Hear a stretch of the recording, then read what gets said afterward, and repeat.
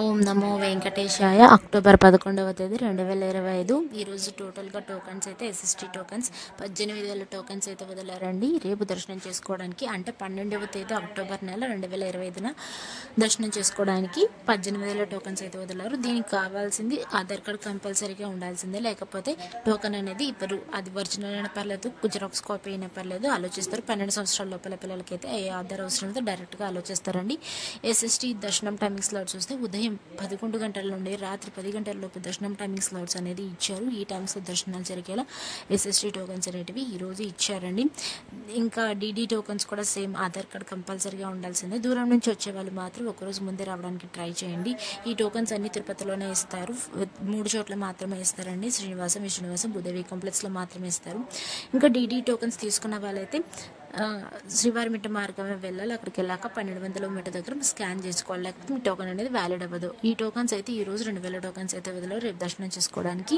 ఇంకా డీడీ దర్శనం timing slot చూస్తే మధ్యాహ్నం 3 గంటల నుండి సాయంత్రం 5 గంటల లోపు దర్శనాలు జరిగేలా టోకన్స్ అనేటివి ఇచ్చారు. దీనికి కూడా ఆధార్ కార్డ్ కంపల్సరీగా ఉండాల్సింది. ఈ టోకన్ తీసుకునే వాళ్ళు ఖచ్చితంగా మీరు శ్రీవారిమిట్ట మార్గమే వెళ్ళాలండి.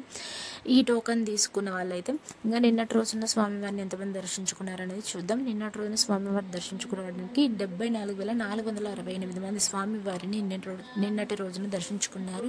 26,878 మంది స్వామివారికి తలనీలాలు సమర్పించారు. 3,86,00,000 రూపాయలు హుండీలో స్వామివారికి భక్తులు కానుకలుగా సమర్పించారండి నిన్నటి రోజున. అలానే స్వామివారిని దర్శనం చేసుకోవడానికి ఎంత సమయం పడింది అంటే, సర్వదర్శనం వెళ్ళే వాళ్ళకి, నేరుగా సర్వదర్శనం వెళ్ళే వాళ్ళకి, టోకన్ తీసుకునే వాళ్ళకి, అంటే ఎస్ఎస్టీ మరియు డీటీ టోకన్ తీసుకునే వెళ్ళే వాళ్ళకి 300 రూపీస్ దర్శనం వాళ్ళకి ఎంత సమయం పడింది అనేది ఇప్పుడు చూద్దాం.